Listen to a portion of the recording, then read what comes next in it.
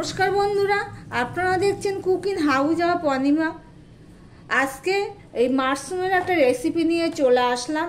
এগুলো বিগ বাজার থেকে আনা হয়েছে। অনেক দিন ধরে মাশরুম রান্না করব ভাবছি, কিন্তু ভালোবাসি, কিন্তু করা হয়নি। তো বিগ বাজার থেকে নিয়ে আসা হয়েছে।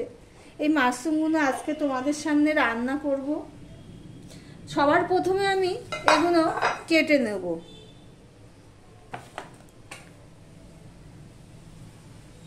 এইভাবে কাটবো, তারপরে আবার এইভাবে কাটবো।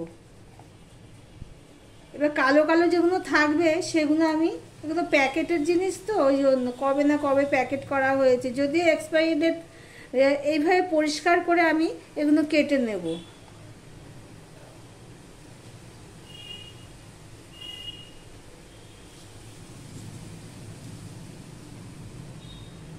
এইভাবে পরিষ্কার করে আমি একটা কেটে নিয়ে একটা ডিশে নিয়ে নিচ্ছি। আমি সমস্ত মাশরুমগুলো এইভাবে কেটে নিয়েছি পরিষ্কারভাবে। একটা তো তোমাদের দেখিয়েছি, আবারও দেখিয়ে দিচ্ছি।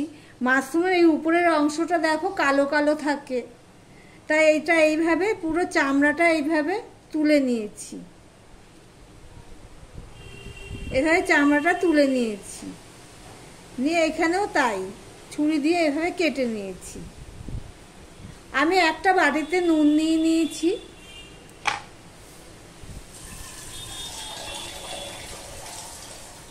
আমি অল্প জল নিয়ে নিলাম নুনের মধ্যে, দেখো।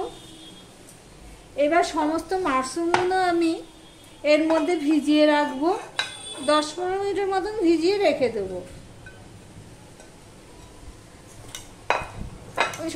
নুন জলের মধ্যে আমি ভিজিয়ে রেখে দিলাম। এটা আমার মা করতো, সেই হিসাবেই শেখা। খোলা বাজার থেকে যদি আনা যেত তাহলে বোঝা যেত। আর এই প্যাকেটজাত জিনিস তো অনেকটাই বাদ দিতে হয়েছে পরিষ্কার করে নিতে গিয়ে। আমি এগুলো 10-15 মিনিটের জন্য ভিজিয়ে রেখে দেব। এবার এর জন্য যা যা লাগবে সেগুলো সব আমি রেডি করে নেব। দিয়ে কড়াই বসিয়ে দিয়েছি। মাশরুমও দেখো এরকম হয়েছে,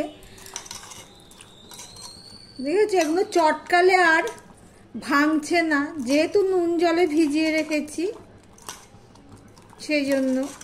এবার এগুলো আমি চটকে চটকে 3-4 বার ধুয়ে নেব, নিয়ে নুন হলুদ মাখিয়ে নেব। আর দিয়ে কড়াই বসিয়ে দিয়েছি। আর এই মাশরুম রান্না করার জন্য আমি এখানে আলু কেটে নিয়েছি, রসুন নিয়ে নিয়েছি, পেঁয়াজ নিয়ে নিয়েছি, আর নিয়ে নিয়েছি টমেটো। কড়াই গরম হয়ে গেছে। এখানে আমি এবার সর্ষের তেল দিয়ে দিলাম।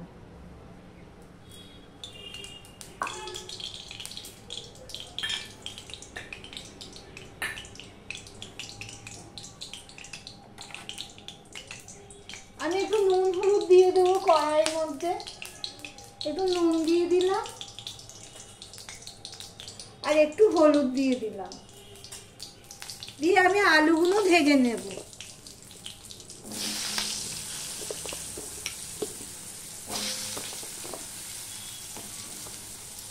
আলুগুলো ভাজা বসিয়ে দিয়েছি। এবার মাছগুলো ধুয়ে নুন হলুদ মাখিয়ে নেব। আলুগুলো ভাজা হয়ে গেলে আমি এটা এবার তুলে নিলাম। প্লিজ ভিডিওটা পুরোটা দেখার অনুরোধ রইল।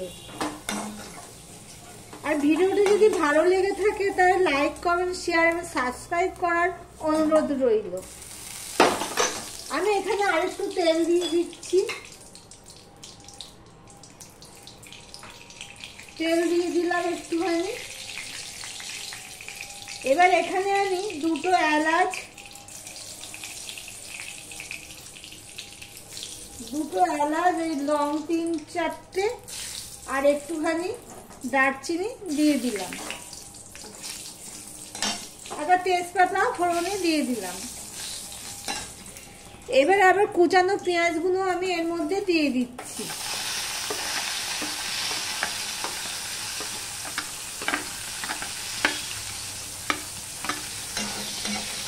তোমরা চাইলে মাশরুমগুলো ভেজে নিতে পারো আলুর মতো, তবে আমি ভাজবো না। আমার মাকে দেখেছি মশলা কষানোর সময় মাশরুমগুলো দিয়ে কষিয়ে নিতে, আমি সেইভাবেই করব। আমি এখানে নুন হলুদ মাখিয়ে নিয়েছি মাশরুমগুলোতে, অল্প নুন আর হলুদ মাখিয়ে নিয়েছি।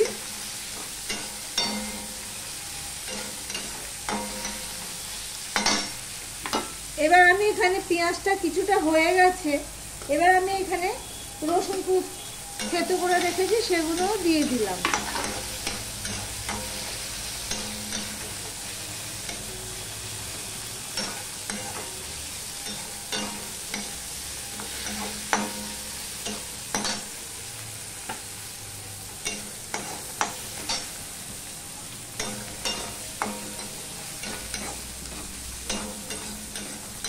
রসুন পেঁয়াজটা ভাজা ভাজা হয়ে গেছে, এবার আমি মাশরুমগুলো এর মধ্যে দিয়ে দেব।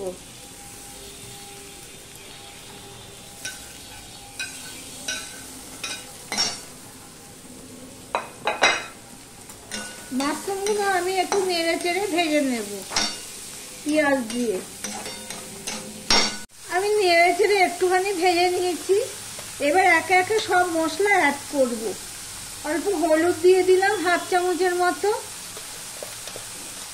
লঙ্কার গুঁড়ো দিয়ে দিলাম হাফ চামচের মতো, আর হাফ চামচের মতো ধনের গুঁড়ো, আর হাফ চামচের মতন জিরের গুঁড়ো। মশলাটা কষানোর জন্য একটু জল দিয়ে দিলাম। এবার আমি এখানে এই উঁচু উঁচু 1 চামচ আদা দিয়ে দিলাম, আর এই টমেটোটা দিয়ে দিলাম, দিয়ে সমস্ত কিছু আমি ভালো করে কষিয়ে নেব।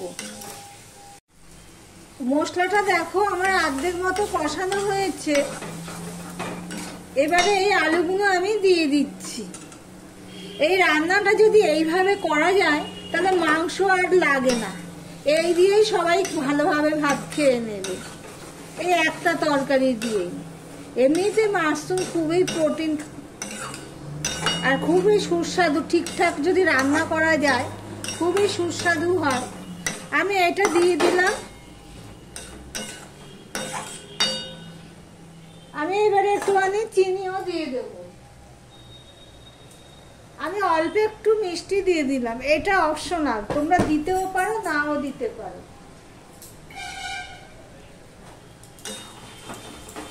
দিয়ে আমি আবার একটুখানি কষিয়ে নেব।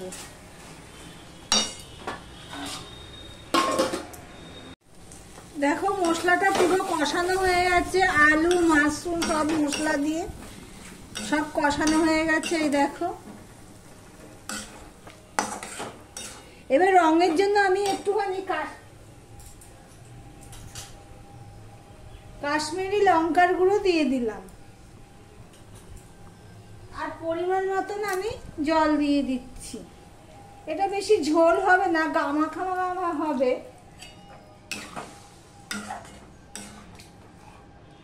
এইটা যদি এইভাবে রান্না করে খাওয়া যায় তাহলে মাংস আর আনবে না, এটা এনেই খাবে, এত ভালো হয়। আমাদের তো খুবই ভালো লাগে, অনেকদিন পর হলো আমাদের।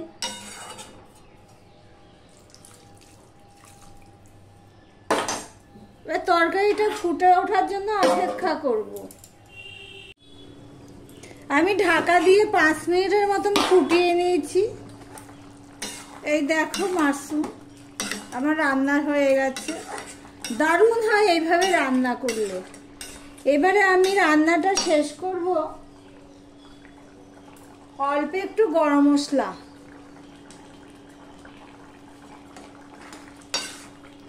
অল্প একটু গরম মশলা দিয়ে দিলাম। এবার ফুটে গেল, গ্যাসটা অফ করে দিলাম, রান্নাটা এখানেই শেষ হলো।